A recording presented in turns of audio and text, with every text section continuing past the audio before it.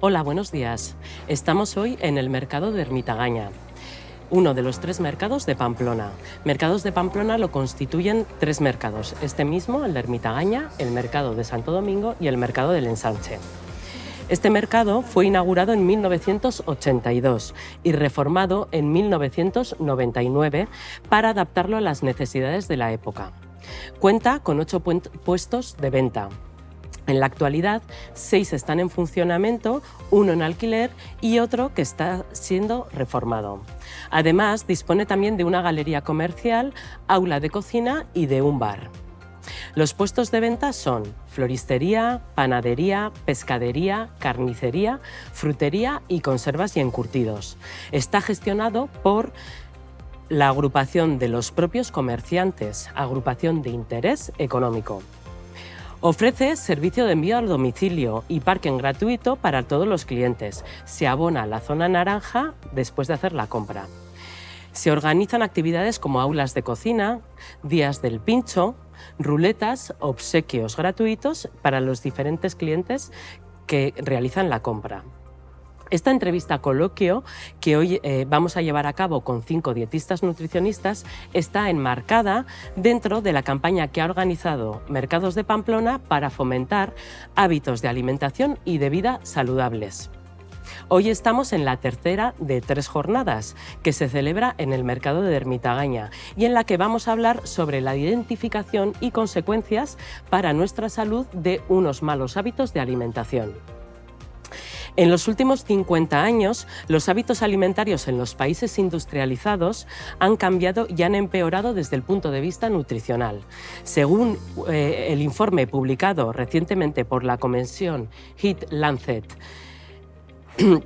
ha aumentado la ingesta de alimentos poco saludables como productos cárnicos procesados, bollería y repostería industrial, y azúcares, en lugar de alimentos saludables como son los frutos secos, las frutas, las verduras, las hortalizas y las legumbres.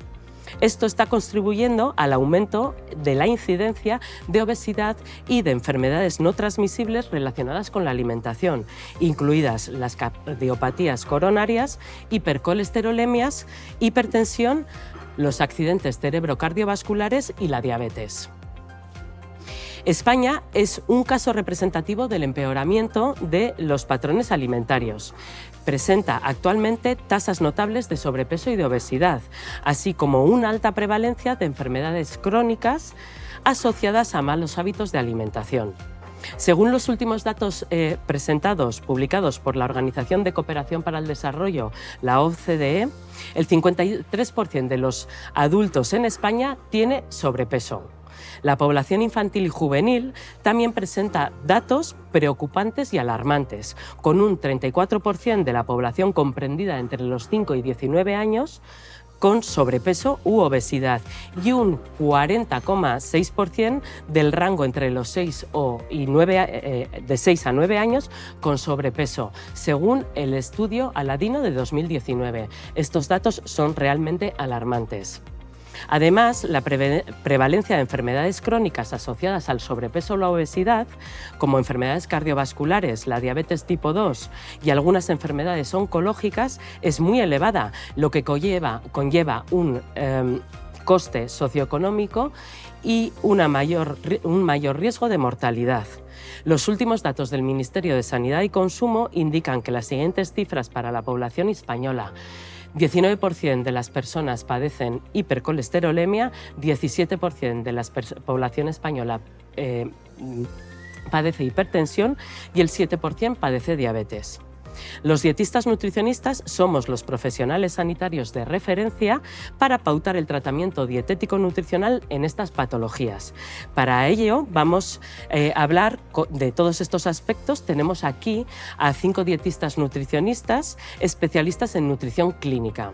Pasamos a presentarlas. En primer lugar tenemos a Arantxa Ruiz de las Heras. Arantxa, hola, bienvenida. Hola. Es dietista nutricionista por la Universidad de Navarra. Al finalizar la carrera disfrutó de una beca de investigación con pacientes renales. Tras esto, trabajó en varios hospitales de toda la geografía española, en Cantabria, en Madrid, como dietista y responsable del servicio de dietética. Unos años después, se incorporó ya en Pamplona al Hospital Universitario de Navarra, donde lleva trabajando más de 20 años. Desde la unidad de dietética se ocupa de la alimentación de personas enfermas. Trabaja con personas con obesidad, desnutrición, errores congénitos del metabolismo, fibrosis quística, trastornos de la conducta alimentaria, procesos digestivos y procesos patológicos oncológicos.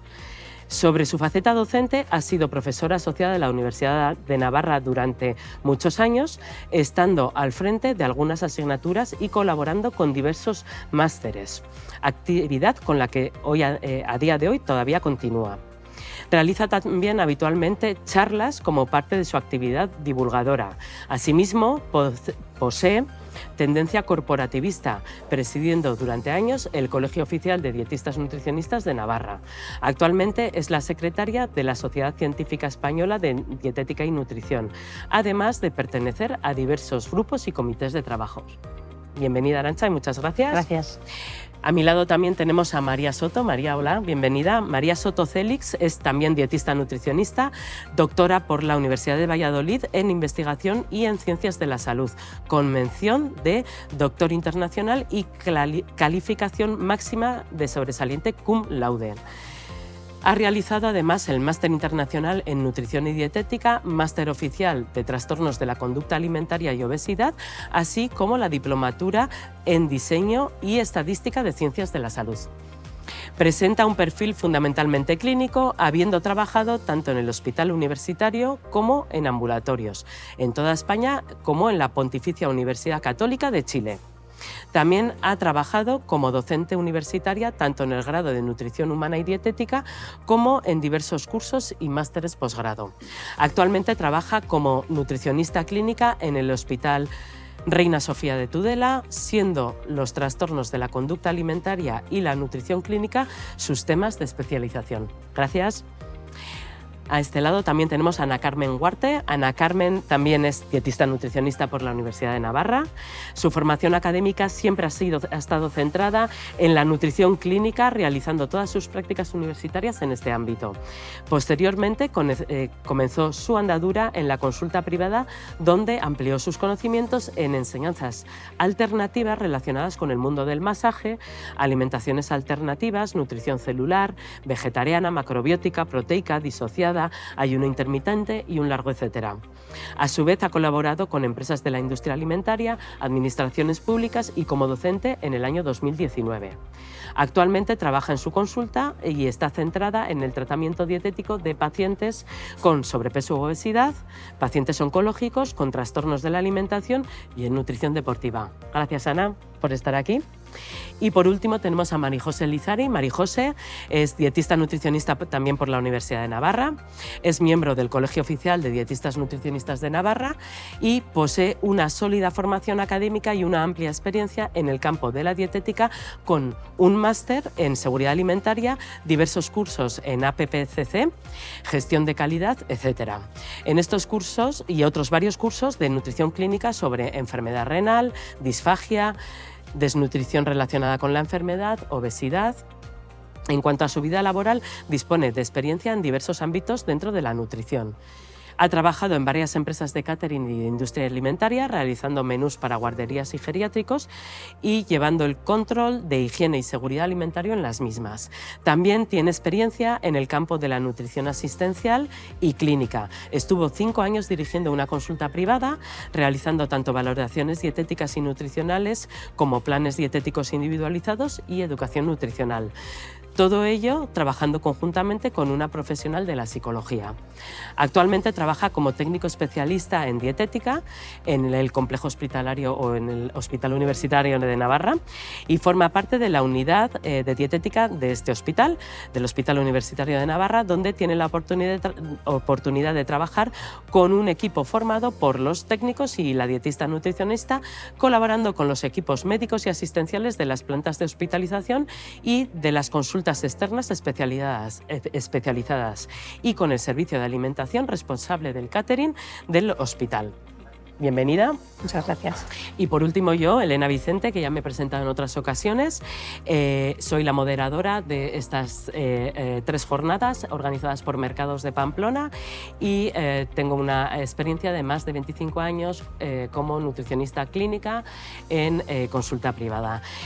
Puesto todo esto en contexto, vamos a iniciar ya este coloquio y ya que estamos en este enclave, ¿verdad?, en el mercado de Ermita-Gaña, quería preguntaros a todas si solís hacer la compra habitualmente en mercados.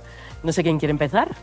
Yo sí que soy usuaria del mercado, de los mercados municipales, tengo la suerte de vivir cerca. Muy bien. Una vez a la semana más o menos sí que suelo acudir allí. Y es una cosa que heredé de mi madre. O sea, mi madre siempre iba al mercado, nos ha llevado a todos sus hijos al mercado, sí, y hemos aprendido a esa cultura del carnicero, el pescatero, la confianza que nos dan. Sí. Y sí, yo lo sigo manteniendo en la medida en la que puedo, si el tiempo lo permite, claro. Si el tiempo lo permite, los horarios, ¿verdad? Que muchas veces conciliar el horario de trabajo con el horario de apertura de los mercados puede ser difícil. No siempre es fácil, ahora ya se han ampliado los horarios, pero aún y todo, bueno, nuestros horarios personales también son complicados. Sí, sí. ¿Alguna más soléis comprar? Yo de forma esporádica. De forma esporádica. Es cierto que los horarios a veces son incompatibles.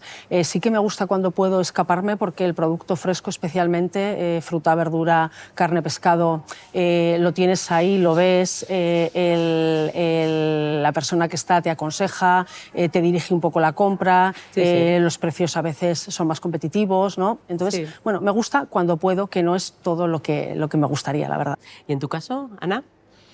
Bueno, yo fui consumidora del mercado. Cuando viví en Pamplona yo era consumidora del mercado del Segundo Ensanche.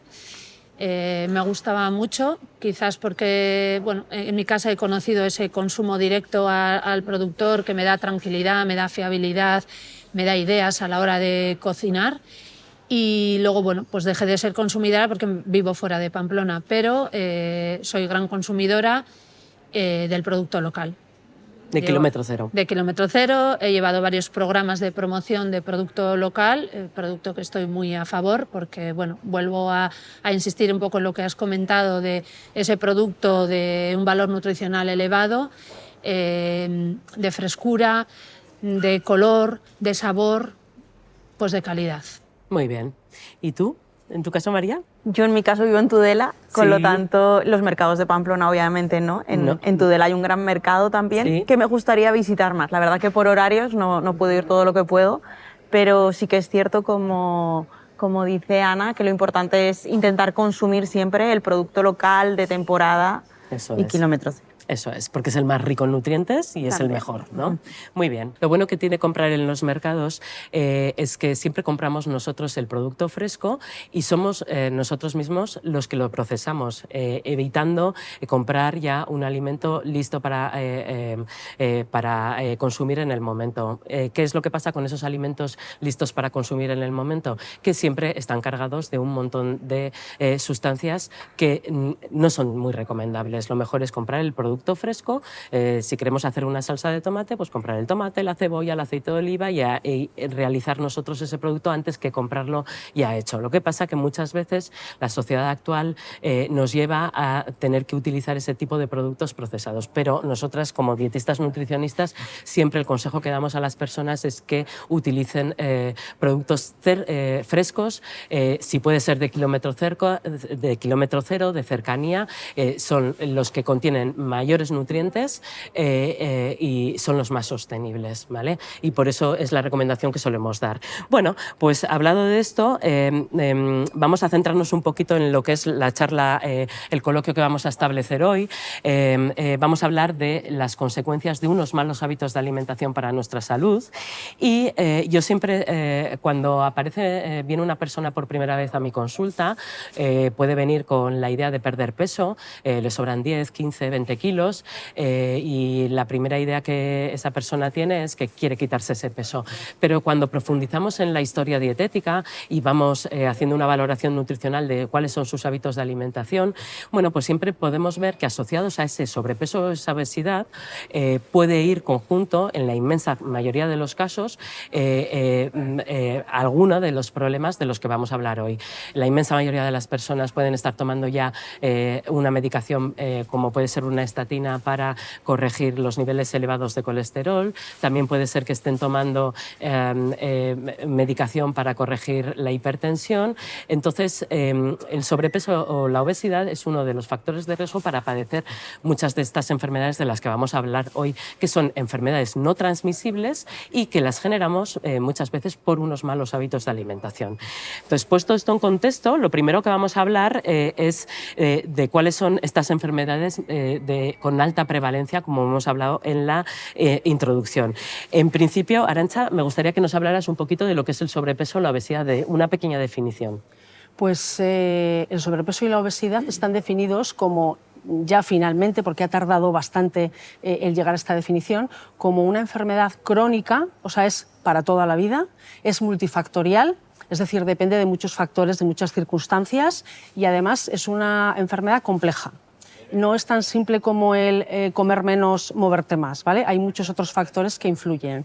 Además, como tú has comentado, Elena, es una enfermedad con muy alta prevalencia, muy relacionada con otras enfermedades no transmisibles, como has comentado, y se caracteriza porque hay un exceso de grasa corporal, no tanto de peso en sí, sino de grasa corporal. O sea, es una matización muy importante. Sí, porque puede llevar lugar a error. Es más, en su clasificación, en la clasificación de la obesidad, que principalmente se hace por un cociente, ¿no? Una fórmula, el IMC, el índice de masa corporal, o el índice de Ketelec, que relaciona el peso en kilos entre la talla, la estatura, en metros al cuadrado. Eso es. Este cociente da un resultado, un número, que según este número se te clasifica, ¿no? Sí. En un peso adecuado, en un bajo peso, en un sobrepeso, una obesidad. Por ejemplo, desde 18,5 hasta 24,9 es normalidad en el peso. Y es un amplio rango. Sí. Demasiado amplio. Sí.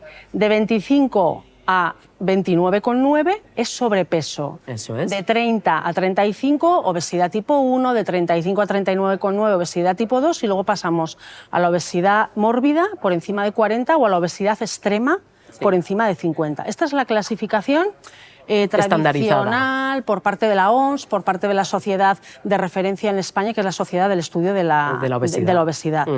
Pero esta clasificación ya lleva varios años poniéndose un poco en duda, porque tiene muchos errores. Claro. Por ejemplo, con esta clasificación, casi todos los jugadores de fútbol americano, cuando se hizo la selección para... la selección, parece que vamos a la Eurocopa. ¿No? Cuando se hizo el reclutamiento para la Segunda Guerra Mundial en Estados Unidos, todos los jugadores de fútbol americano se quedaron fuera, porque daban sobrepeso u obesidad.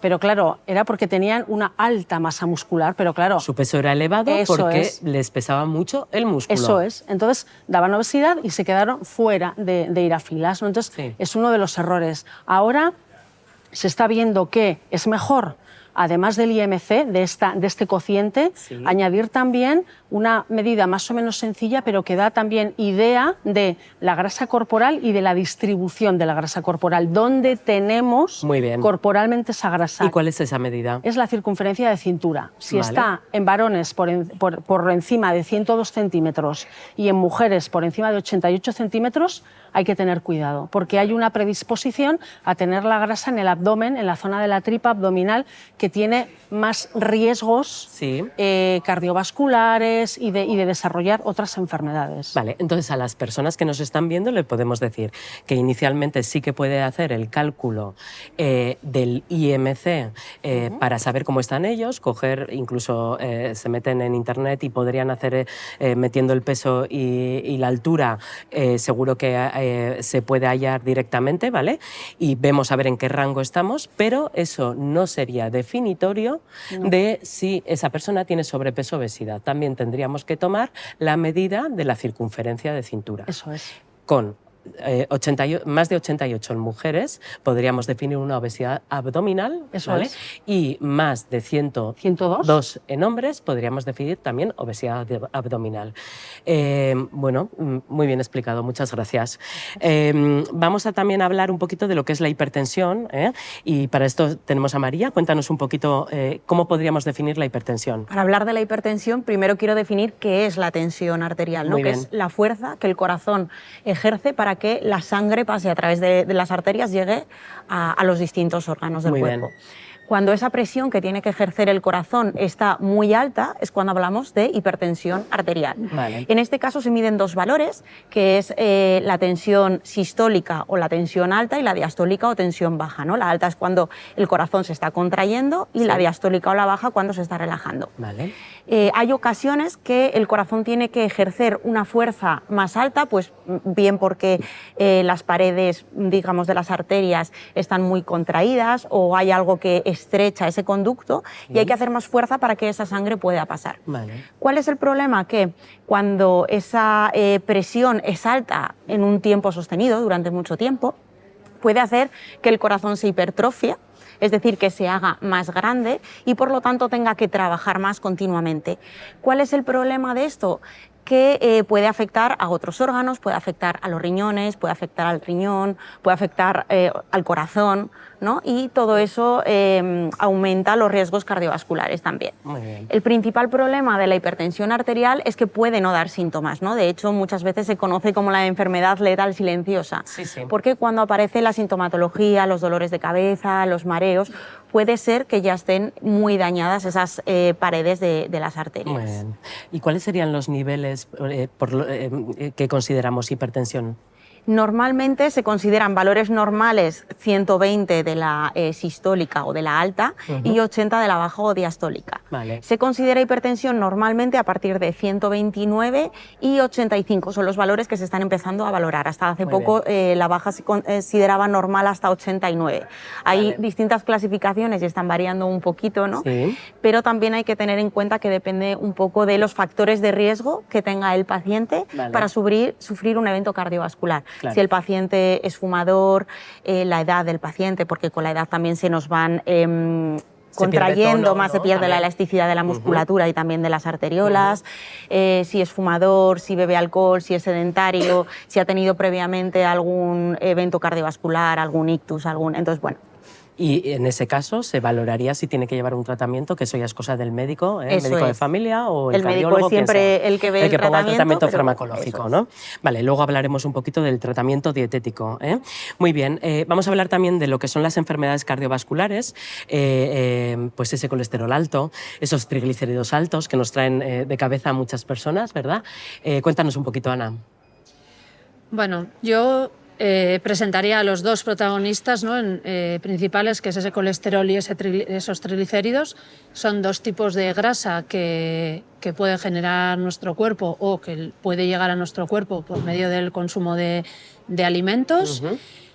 Y bueno, decir, el colesterol es una grasa necesaria en nuestro organismo porque se encarga de esa absorción de vitamina D y de muchas de nuestras hormonas. Es imprescindible, por ejemplo, para el cerebro, ¿no? El colesterol. Muy imprescindible. Entonces, tenemos que tener claro que son dos protagonistas que tienen que estar ahí, tienen que estar muy equilibrados en sus niveles. Puede ser negativo que estén por encima de sus valores como que estén por debajo, ¿vale? Que ha habido un momento que ha habido como una obsesión de colesterol no. Intentar bajarlo demasiado con farmacología, ¿no? Por ejemplo, y eso nos ha podido llevar a padecer otro tipo de problemas cardiovasculares. Entonces, dentro del colesterol, bueno, pues hablar de ese LDL, ese colesterol malo tan conocido por todo el mundo. Malo, pues porque tiene una densidad baja, que eso hace que se adhiera con más facilidad a las paredes de las arterias y al almacenarse en esas paredes de las arterias, pues es cuando nos puede dar ese problema cardiovascular. Que lo que hace es estrechar la pared de la arteria, estrecha, ¿no? Y el flujo de sangre dificulta el bombeo de esa sangre hacia ese corazón y de ahí nos puede surgir, pues eso, problema coronario. Hablar de ese colesterol bueno. Sí. El HDL, ¿Por qué bueno? Pues porque bueno, se encarga un poco de eliminar ese excedente de LDL que todavía nos ha adherido a esa pared de la arteria, nos ayuda a eliminarlo y a conducirlo y bueno, buscar un poco ese equilibrio, ¿vale? Entre los dos. Hay momentos en los que puede estar ese colesterol bueno, elevado y lo dejamos pasar, pero bueno, yo insistir un poco que aquí lo importante es que tanto el colesterol total como ese desglose de colesterol HDL, LDL estén equilibrados. Estén equilibrados. ¿Vale? Vale. Y luego, bueno, por otro lado tendríamos los triglicéridos, que es otro tipo de grasa también importante en nuestro organismo. Las alteraciones de ambos nos pueden llevar, pues bueno, una clasificación así un poco genérica, a padecer esas hipercolesterolemias, que son esos niveles elevados de colesterol plasmático en sangre medidos en ayunas y siempre que los triglicéridos estén regulados. O sea, hablaremos de una hipercolesterolemia cuando el colesterol esté elevado, pero el triglicérido esté en sus valores correctos. Podemos hablar de una hipertrigliceridemia, que es cuando esos triglicéridos plasmáticos están elevados y aquí ya no se tiene en cuenta ese nivel de colesterol. O podemos hablar de una dislipemia mixta, donde bueno, pues ya es el colesterol, son los triglicéridos, es todo un poco lo que está elevado. ¿Vale? Yo aquí sí que quiero, bueno, hablando un poco de valores, sí. Hablaríamos de los colesteroles, un valor de normalidad entre 125 y 200. Bueno, 200, 240 para mí ya sería elevado, pero para mí es un parámetro que dependerá, como has comentado María, de otros factores de riesgo, como puede ser el sobrepeso, una vida sedentaria, consumo de tóxicos, una hipertensión. Y luego ya, bueno, pues a partir de 240 ya hablamos ya de un valor elevado, ¿vale? En el tema de los triglicéridos, hasta 150 se considera un valor adecuado. De 150 a 200, un poquito elevado. 200, 500, 499 ya es un valor elevado, que ya puede aparecer problemas. Y ya, bueno, pues por encima de 500 ya, pues bueno, se nos iría. Muy bien, bueno, pues vamos a seguir hablando un poquito de las consecuencias para nuestra salud de los malos hábitos alimentarios y vamos a hablar de la diabetes tipo 2. María José, cuéntanos un poquito definición, características.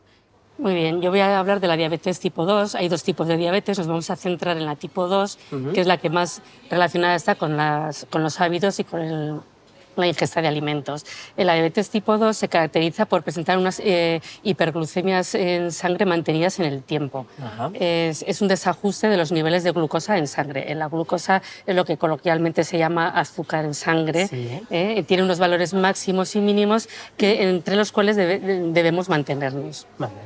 ¿Por qué ocurre el exceso de azúcar, de glucosa en sangre? La glucosa la obtenemos de los alimentos, nosotros comemos, se transforman en sustancias más pequeñas que pueden pasar al torrente sanguíneo y de ahí se distribuye por todo el cuerpo. La glucosa es uno de esos componentes de los alimentos que proviene de los hidratos de carbono. Y va al torrente sanguíneo, llega a la sangre y de ahí, antes de distribuirse por todo el organismo, pasa por el páncreas. El páncreas es un órgano que ayuda y que interviene, aparte de muchas funciones que tiene, interviene también en el metabolismo de los alimentos y secreta, al detectar la presencia de glucosa en sangre, secreta una hormona llamada insulina. La insulina, dicho de una manera así muy coloquial, es la llave para que entre esa glucosa a las células. Las células son los pequeños componentes de todo nuestro cuerpo. Son las unidades más pequeñas en las que tienen vida propia. Vale. La glucosa se transforma en energía dentro de las células y aporta toda la energía necesaria para que las células funcionen y lleven para todas las reacciones metabólicas que se dan, ¿no? y todas en sus cada una de funciones. Las células de todo tipo, tanto de la cabeza, del pie, del órgano, de cualquier órgano. Eso Muy es. bien. Vale. ¿Qué pasa si esa insulina no funciona bien? No es eficiente, no es eficaz, eso es, o no hay se poca. sintetiza la cantidad necesaria, Eso puede ser es. esos tres factores. ¿no? Pueden darse las tres causas. Sí.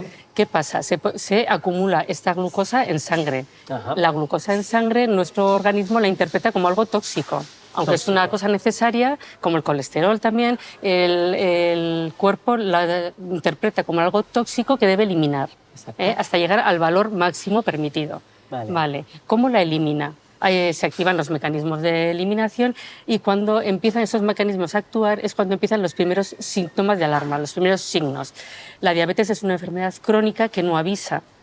Podemos estar en rangos no tan elevados como una hiperglucemia, pero ya a niveles altos dentro de lo normal. Sí. Ahí estaríamos en una prediabetes, pero no avisa. Tenemos estos pequeños síntomas de alarma que lo que vamos a hacer... voy a detallar ahora para que podamos interpretar. ¿Vale? La primera manera de eliminar la glucosa en sangre, una de las más importantes, la elimina acumulándola, transformándola en grasa y acumulándola en el organismo. Si esto se mantiene en el tiempo, podríamos tener una obesidad. Vale. Otra manera sería eliminarla por orina. El riñón es el gran depurador, el órgano depurador por excelencia del cuerpo. La eliminaríamos junto con agua. ¿Qué pasaría? Orinaríamos muchas veces al día, mucha cantidad, y tendríamos mucha sed.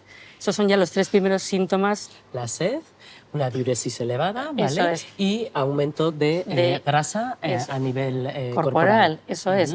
Eso también nos da una sensación de hambre casi continua. Exacto. Tener en cuenta que no llega la energía a las células y las células piden comida, piden energía. Entonces tendremos una sensación de hambre continua que no llegamos a saciar casi. Es la polifagia, estamos comiendo a todas horas. Es otro de los síntomas. Pero hay más. Sí. También afecta al sistema cardiovascular, porque el corazón tiene que bombear la sangre para poder llevar esa glucosa a las células. También afecta a los pequeños vasos sanguíneos, a las terminaciones nerviosas que llegan, por ejemplo, al ojo. Es uno de los síntomas... Órganos diana, ¿no? Exactamente, vemos un poquito borroso, luego se nos pasa. Conforme se va cronificando la enfermedad es más habitual, se daña más ese órgano. Sí. Y también las terminaciones de las manos, de los pies, las células, las heridas nos cuestan cicatrizar. ¿Y cuáles son los niveles que definen una diabetes tipo 2? ¿Niveles de glucosa en sangre? Vale. Que definen, igual, lo primero, una prediabetes, que es el estadio previo a padecer una diabetes tipo 2, o ya cuando tenemos el diagnóstico de la diabetes tipo 2, ¿cuáles son esos niveles de glucosa en sangre? Se suele mirar la glucosa en sangre siempre en ayunas. Sí. Los valores clasificatorios serían a partir de 124, 125. Sí. Y la de prediabetes empezaríamos a partir de los 100, 900, 100. Vale. Son unos rangos que los médicos de familia pueden interpretar también a su manera, o sea, no a su manera, sino contemplando otros factores asociados. Claro. Si hay sobrepeso ya de base, si hay hipertensión, si hay enfermedades cardiovasculares, si hay hipertrigliceridemias. Entonces, pueden oscilar también. Muy bien, de acuerdo. Bueno, pues ya comentado un poquito y definido lo que son estas enfermedades que tienen que ver con los malos hábitos de alimentación, vamos a hablar del tratamiento dietético, ¿vale? Entonces vamos a empezar con el tratamiento dietético del sobrepeso o la obesidad, que nos lo va a contestar Arantxa. Cuéntanos un poquito las claves que tenemos que tener en cuenta para empezar un plan dietético que aborde ese sobrepeso o esa obesidad. Es complejo. Sí, es complejo y hay que integrar muchos factores. Si me permites, antes de entrar plenamente en el tratamiento dietético, me gustaría un par de pinceladas de todo el tratamiento. Como tú dices, es muy complejo. Por lo tanto, llevamos ya unos cuantos años en los que se ha visto que el tratamiento dietético es una parte muy importante, pero no es la única. Claro. También hay una parte de fomento de la actividad física, también hay una parte muy importante de terapia conductual, ayudar a la persona en las conductas más saludables. Hablaríamos del enfoque más psicológico de la enfermedad, ¿no? Sí. Muchos pacientes es conveniente o necesario un apoyo psicológico como tal, pero en todos los pacientes hay que hacer una terapia conductual, ayudar en temas que están muy relacionados con la alimentación, pero no son propiamente el menú. Comer más despacio, por ejemplo. Lo que hablamos muchas veces del comer emocional, que yo lo cito mucho en la consulta, ¿no? Una cosa es tener hambre fisiológica, el agujero en el estómago porque llevo 8 o 7 horas sin comer, y otra cosa es me apetece comer, pero no sé lo que. Los motivos por los que estás comiendo, ¿vale? Que eso tiene mucho que ver con el sobrepeso y la obesidad, porque muchas veces no es hambre fisiológica, son otros tipos, ¿no? El ser plenamente consciente a la hora de comer. Cuando estás comiendo, ser plenamente consciente de que estás comiendo y disfrutar de lo que estás comiendo. Pero saber la cantidad que estás comiendo, cómo está preparado, el ritmo, la velocidad a la que estás comiendo. Todo esto son temas que afectan y mucho en toda esta estrategia, ¿vale? Luego también hay tratamiento farmacológico y tratamiento quirúrgico. Claro. Pero bueno, ahí no vamos a entrar. No vamos a entrar, exacto. Con respecto propiamente al tratamiento dietético nutricional, hay unas pautas generales que ya están dejando un poco obsoleta la dieta como tal, hipocalórica, cerrada, clásica, puntual durante un tiempo. Esto hay que ir desechándolo poco a poco. Porque lo más importante de cualquier tratamiento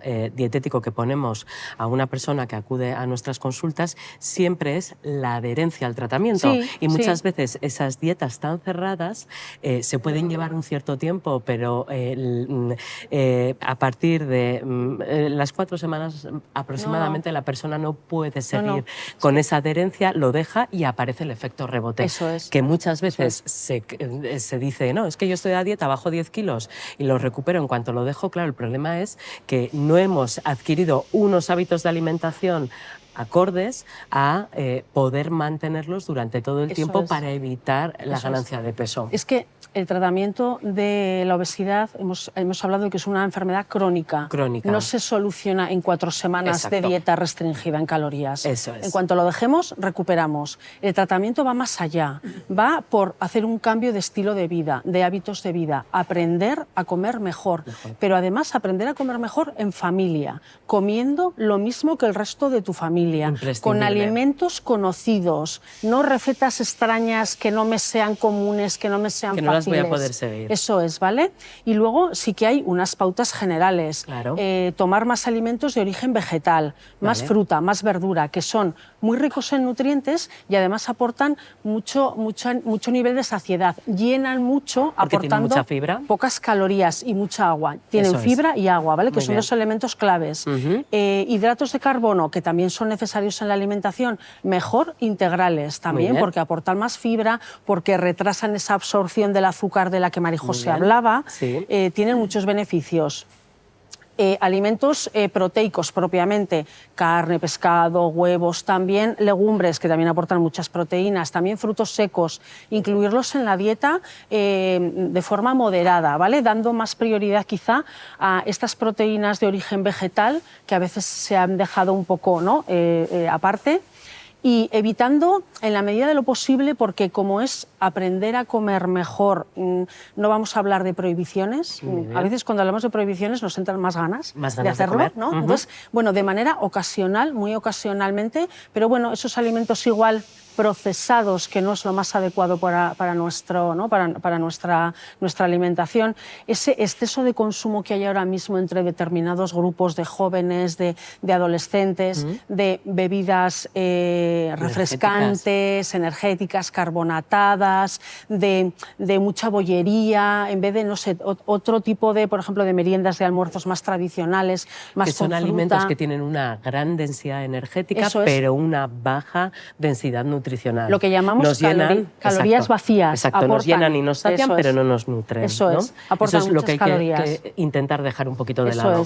Y respecto, por ejemplo, a las técnicas culinarias, la forma de cocinar esos alimentos, ¿qué es lo que recomendaríamos en el caso de una persona con sobrepeso o obesidad? Pues serían técnicas que no añadan mucha grasa extra a ese alimento, ¿vale? Si tenemos un buen producto de origen, no estropearlo, entre comillas, añadiendo mucha grasa.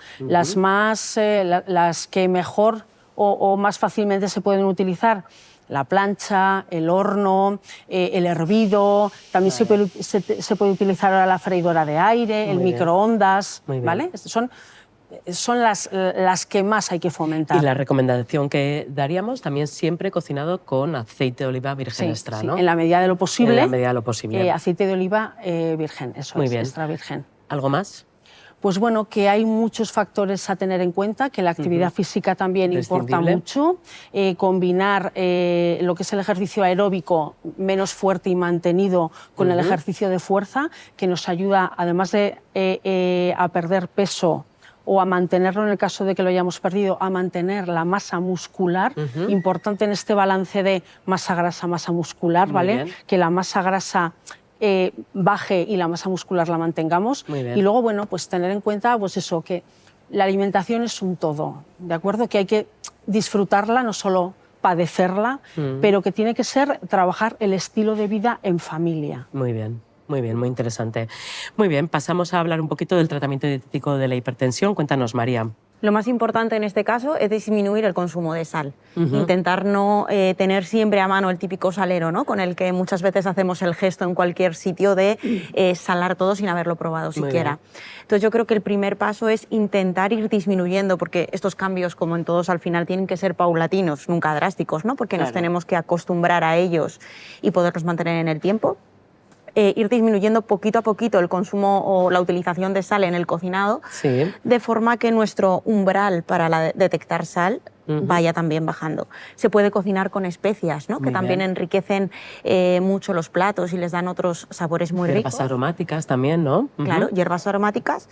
Y el tratamiento principal es la utilización al final de alimentos frescos. Muy bien. Es decir, intentar evitar todo tipo de alimentos ultraprocesados, que todos ellos llevan una cantidad alta de sal, y utilizar alimentos frescos.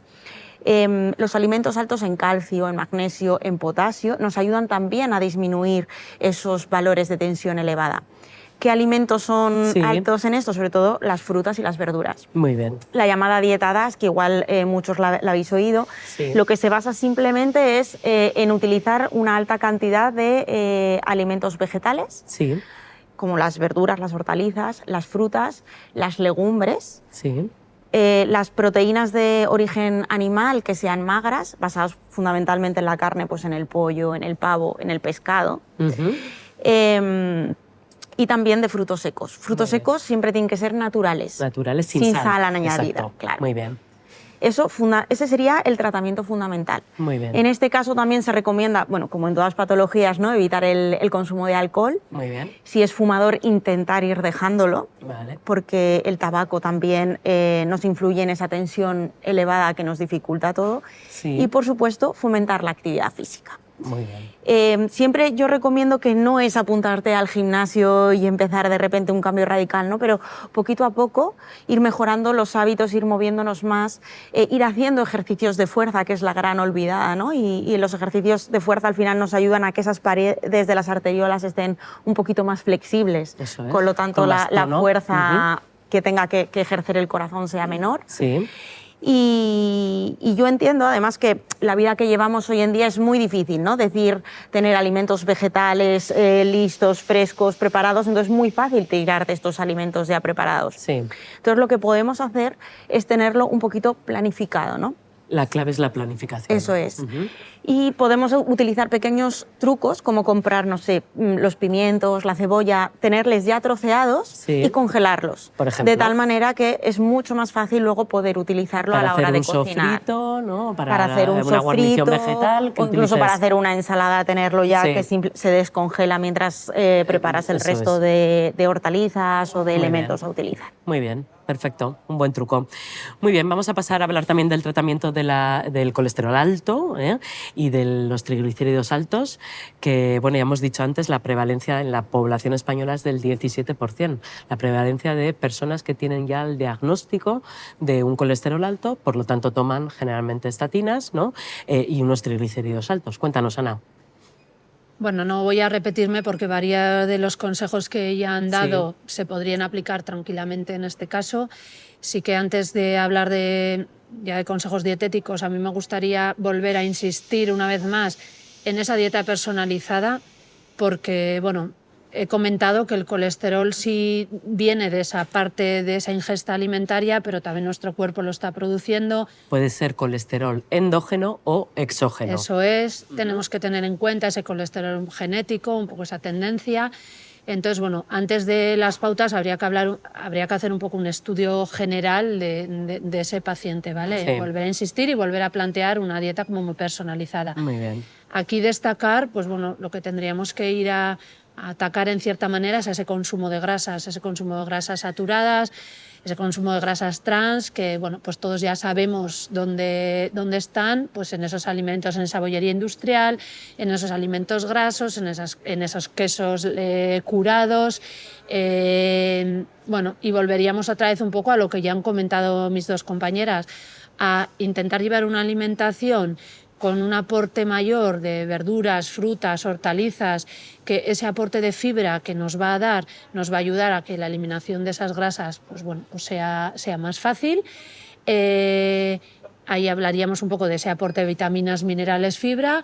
Dentro del campo de las legumbres, pues muy presentes porque nos están dando ese aporte proteico y no nos está aportando esa parte de grasa. Intentar evitar o abusar de ese consumo de carnes rojas e intentar consumir más una carne blanca. Lo mismo en el caso de los pescados, pero yo, por ejemplo, a mí me gusta aconsejar el omega 3 porque sabemos que el omega 3 nos ayuda mucho en todos estos temas. ¿Y cuáles son los alimentos ricos en omega 3? Bueno, pues ahí iríamos a los pescados azules, a esos frutos secos que ha comentado María, pero siempre intentar que sean alimentos naturales, sí, sin sal, lo más frescos posibles, evitar esas conservas y bueno, volver un poco a lo que he insistido antes, a ese producto fresco que nos va a dar garantía de más cantidad de nutriente y menos parte negativa. Muy bien, perfecto. Muy bien, y hablando un poquito del tratamiento de la diabetes tipo 2. Vale, bueno, yo después de escuchar... Tratamiento dietético, siempre, sí, dietético. Sí. Después de escuchar a mis compañeras, pues me doy cuenta que es que al final en la diabetes confluyen todos. Sí. Todo lo que acabáis de decir se puede aplicar a la diabetes, todo. La diabetes es una enfermedad crónica que afecta a muchísimos órganos, que a la larga, si no la corregimos, van a ser dañados, y la diabetes al final recoge todas las recomendaciones que habéis dicho. ¿Vale? La diabetes tiene el tratamiento de la diabetes se basa en 3 pilares, que es la alimentación, el ejercicio físico, que es muy importante, y luego el tratamiento farmacológico que paute el médico. ¿Vale? Según el tratamiento farmacológico distribuiremos las ingestas de una manera o de otra, pero lo que vamos a consumir se basa en lo que habéis dicho. ¿Vale? Incluso la Sociedad Española de Endocrinología y Nutrición, la SEN,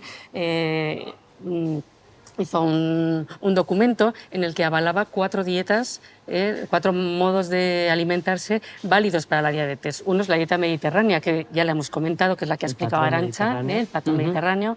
Otra es la dieta DAS, que es la que acabas de comentar tú. Otra es la dieta vegetariana. Se puede aplicar a la diabetes porque priorizamos, en esa dieta solo hay proteína vegetal, que es la gran olvidada, la gran desconocida para nosotros, y luego la 4ª dieta sería una dieta baja en hidratos de carbono, que es el alimento exactamente que nos daría un pequeño problema. Pero decir que un paciente con diabetes tipo 2 tiene que llevar una alimentación normal, prácticamente normal. Muy parecida, cualquiera podríamos llevar una dieta de diabético y estaríamos súper bien alimentados. Muy bien. Hemos estado hablando un poquito de los tipos de alimentos, eso ya queda bastante claro, el tipo de dietas que puede haber, las técnicas culinarias. Me gustaría que nos hablaras un poquito de cuántas veces hay que comer al día, porque esto es lo que la gente se vuelve loca. ¿Pero cuántas veces tengo que comer? ¿Tengo que comer 3 veces al día? ¿Tengo que comer 5 veces? Depende, cada uno de una manera. Cuéntanos. Bueno, eso es un poco la pregunta del millón, sí. En este caso. También lo que está pasando con la diabetes es un poco lo que comentaba Arantxa también con la obesidad y el sobrepeso. Se está actualizando, se está cambiando y, como decía también Ana Carmen, hay que individualizar. Sí. Es muy importante individualizar. No merece la pena que yo le divida a mi paciente la ingesta en 5 o 6 tomas cuando él siempre ha comido 3. Exacto. ¿Qué es lo que tengo que hacer? ¿Cómo planifico la dieta del diabético? Yo calculo sus calorías, las calorías que él va a necesitar. La dieta del diabético es muy importante que, si no tiene sobrepeso o obesidad, sea normocalórica, consuma lo que gaste. Sí. Haremos un estudio del paciente y de ahí calcularemos la cantidad de hidrato de carbono que tiene que comer. El 50% como máximo debería ser de hidrato.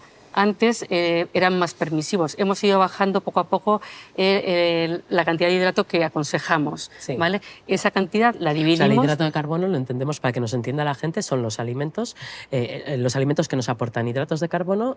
Tendríamos todo el grupo de los cereales, ¿verdad? El pan, la patata, luego tendríamos el arroz, ¿vale? La pasta también. Y luego un pequeño aporte de hidrato de carbono también tendrían las legumbres, las frutas, las verduras. Las ensaladas, las hortalizas, ¿no? Entonces, lo que hacemos es bajar un poquito el consumo de hidratos de carbono, aunque sea de larga asimilación o de lenta asimilación, reducirlo un poquito y normalizar el consumo de grasa de buena calidad, como es el aceite de oliva virgen extra, el pescado azul o los frutos secos, y proteína también magra o de buena calidad, ¿no? En el tema de las proteínas, recalcar que debemos cambiar un poquito el patrón. Sí. Debemos de dejar de consumir tanta proteína animal. Sí. Dentro de la proteína animal, comer un poquito más de pescado. Los omega 3 son muy importantes. Estamos en una zona en la que se come muchísima carne. No digo que no haya que comerla, sino que hay que cambiar e invertir un poquito los roles. Aumentar la proteína vegetal. También es muy importante. Entonces, al hilo de lo que hablábamos de las tomas, las individualizaremos mucho. Al paciente aporta muy poco a un paciente que solo hace 3 ingestas, meterle una más. Vale. Solo vamos a conseguir que aumente. Que aumente, ¿no? Entonces dividiremos esa cantidad de hidrato de carbono que él puede tomar, siempre tomar el hidrato de carbono junto con la proteína para evitar esa pérdida de masa muscular, que también hemos hecho referencia antes, y utilizar las grasas saludables. O sea, por ejemplo, eso de un plato único de pasta no sería recomendable. En el caso del Ese diabético, plato único de una ensalada de pasta le tendríamos que introducir siempre, pues por ejemplo, un poquito de bonito en conserva, o podríamos meterle huevo cocido, algo de proteína para complementar, y vegetal, para complementar. Esto vamos a hablar ahora a posteriori, pero para que ese plato sea completo y nutritivo. Eso es. Deberíamos recordar que la base es los vegetales, y luego quiero hacer también una pequeña referencia a la fibra. La fibra es muy importante en el paciente diabético. Debemos consumir fibra. Siempre asociamos la fibra a ir al baño, pero no es solo eso. La fibra aporta muchísimo. Amortigua las subidas de glucosa en sangre. Porque hace que la absorción de esos niveles de o sea, la absorción de la glucosa sea más lenta, ¿no? Más progresiva. En vez de un pico de subida alto, vamos en la montañita más... Eso es. No llega a hacer el pico. Exacto. Eso es. Vale. Y luego también los frutos secos. También quería hacer referencia a la importancia de los frutos secos. Un diabético puede comer frutos secos y debe comer frutos secos. En las cantidades adecuadas, las que caben en el puño, pero es importante incluirlo. Eso también es importante. La cantidad es lo equivalente a un puñito. A un puñito. Al día. Al día. Vale, muy bien. Bueno, perfecto, María José, muchas gracias. Ya hemos puesto en contexto lo que son este tipo de enfermedades, el tratamiento dietético de estas enfermedades, y ahora vamos a hablar de una de las herramientas que actualmente más utilizamos los dietistas nutricionistas para hacer educación nutricional para el tratamiento de este tipo de enfermedades, y es el plato para comer saludable o el plato Harvard. Vamos a hablar ahora un poquito de ello. Entonces, por ejemplo, Ana Carmen, ¿nos podrías definir un poquito lo que es el plato Harvard? Bueno, el plato Harvard al final ha sido el último en llegar, ¿no? Los que ya llevamos unos cuantos años en esta batalla, pues bueno, hemos conocido nuestra rueda de alimentos, hemos conocido las pirámides en todos sus procesos de evolución, de esa primera pirámide inicial a la que actualmente está. Y bueno, para mí el plato Harvard es una estrategia pues, para mejorar la salud de la población en general. El plato Harvard nos vuelve a resumir pues, bueno, un poco todo lo que estamos hablando, ¿no? Ese consumo, ese abuso de fruta, verdura, fibra. Bueno, al final la representación del plato es... o lo que nos quiere vender el plato es que nosotros visualicemos un plato sobre nuestra mesa, donde la mitad de ese plato lo vamos a llenar de esas verduras, hortalizas, frutas que nos van a aportar esas vitaminas, minerales, fibra, como ya hemos hablado, tan necesaria en todas las patologías que hemos comentado hoy. De esa otra mitad de plato que tenemos, una cuarta parte la reservamos a ese aporte de proteínas en forma de carnes, pescados, huevos y o legumbres, donde iríamos combinando, pues, según cada caso, pues, más consumo de un aporte o de otro. Y la otra cuarta parte del plato que nos quedaría, pues ya lo destinaríamos a lo que es el cereal integral en sí. El hidrato de carbono. El hidrato de carbono. Pues ya completaríamos vitamina, mineral, fibra, proteína, hidrato de carbono. Y siempre decoramos nuestro plato, ¿no? Visualmente alrededor con esas pautas que no hemos parado de decir, de evitar esa vida sedentaria, de un ejercicio físico diario como mínimo 3-4 veces a la semana, de ese consumo de agua a lo largo del día, evitando ese consumo pues, de bebidas energéticas, como ha hablado Arantxa, de ese consumo de bebidas tóxicas, alcoholes, gases que están en el mercado. hacemos también en ese círculo de plato alusión al consumo del aceite de oliva, o sea, que la grasa que aportemos a nuestra alimentación sea de ese origen de aceite de oliva y de lo que nos pueda aportar el propio alimento proteico, que no sea una grasa exterior. Y podríamos añadir un poco pues, el tema de preparación culinaria, que bueno, yo creo que destacar esa cocción al vapor, a la plancha, al horno. Es la más respetuosa pues con que los nutrientes, ¿no? Empezaríamos un poquito ese consumo al vapor, plancha, horno y evitar siempre que, bueno, antes yo se me ha olvidado decir, pero bueno, creo que no sé si es necesario, evitar un poco ese consumo de frituras, de rebozados y de esas salsas complejas. Muy bien, muy bien. Entonces, bueno, podemos poner ejemplos de lo que es el plato Harvard, lo podemos diferenciar en las distintas tomas que hacemos al día. Podríamos poner un ejemplo de desayuno, de comida y de cena. Entonces vamos a empezar, Arantxa, si te parece, con un ejemplo que cumpla las directrices del plato Harvard de un desayuno. Vale. Es trasladar esa idea de que más o menos la mitad del contenido del desayuno en este caso debería provenir de alimentos de origen vegetal, sí, frutas, hortalizas, una cuarta parte de alimento proteico, más o menos, y una cuarta parte de alimento hidrocarbonado, ¿no? Más o menos, un poco esa es la idea. Sí. Es muy fácil trasladarlo en desayuno, Venga. Las posibilidades son infinitas. Bueno.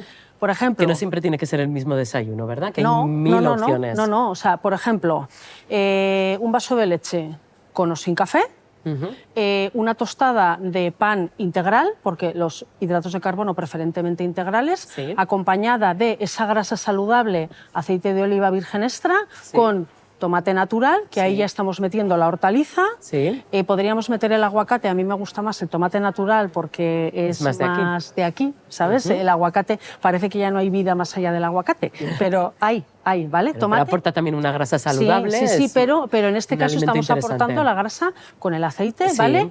Y una pieza de fruta. Muy ahí bien. Meteríamos ya los alimentos de origen vegetal, vale, el hidrato y la proteína. ¿Y la fruta? ¿Cuál es la recomendación que darías? ¿La fruta entera o la fruta en zumo?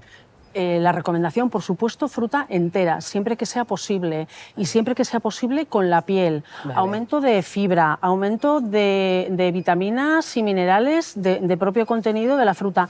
Uno de los más claros beneficios de la fruta es que contiene azúcar, contiene fructosa, un tipo de azúcar, pero la propia fructosa de la fruta se absorbe más lentamente, sí, por el propio contenido de fibra de la fruta.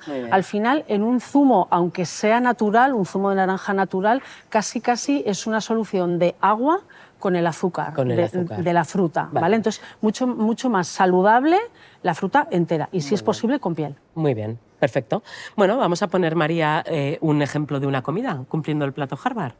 A mí me encantan las legumbres. Soy muy fan de las legumbres y creo que hay que reivindicar un poquito su uso, ¿no? Muy bien. Entonces, las legumbres, lo bueno que tienen es que nos aportan tanto proteína, sí, como hidrato de carbono. Muy bien. Por lo tanto, en el plato Harvard podríamos poner la mitad del plato, hemos dicho, de verduras, sí, y es un cuarto hemos dicho, de proteína y un cuarto de hidrato de carbono. Sí. Con lo cual, podemos utilizar las legumbres para cubrir esas dos áreas, ¿no? Vale. Y hacer, por ejemplo, para el verano puede ser una buena ensalada de legumbres, sí, en el que pues, podemos poner el tomate, el pimiento cortado, un poco de lechuga, sí, y una buena cantidad de legumbre. Cuando empieza el frío, esto lo podemos hacer con los mismos, por ejemplo, garbanzos, sí, y pues esa verdura, hacerla cocida o añadir un poco de acelgas, de espinaca, con lo cual tenemos un buen plato que nos aporta todo eso. Muy bien. Y de postre, en este caso, mejor un cítrico, que nos ayuda siempre a la absorción del hierro que nos aportan las legumbres. Muy bien, un buen ejemplo.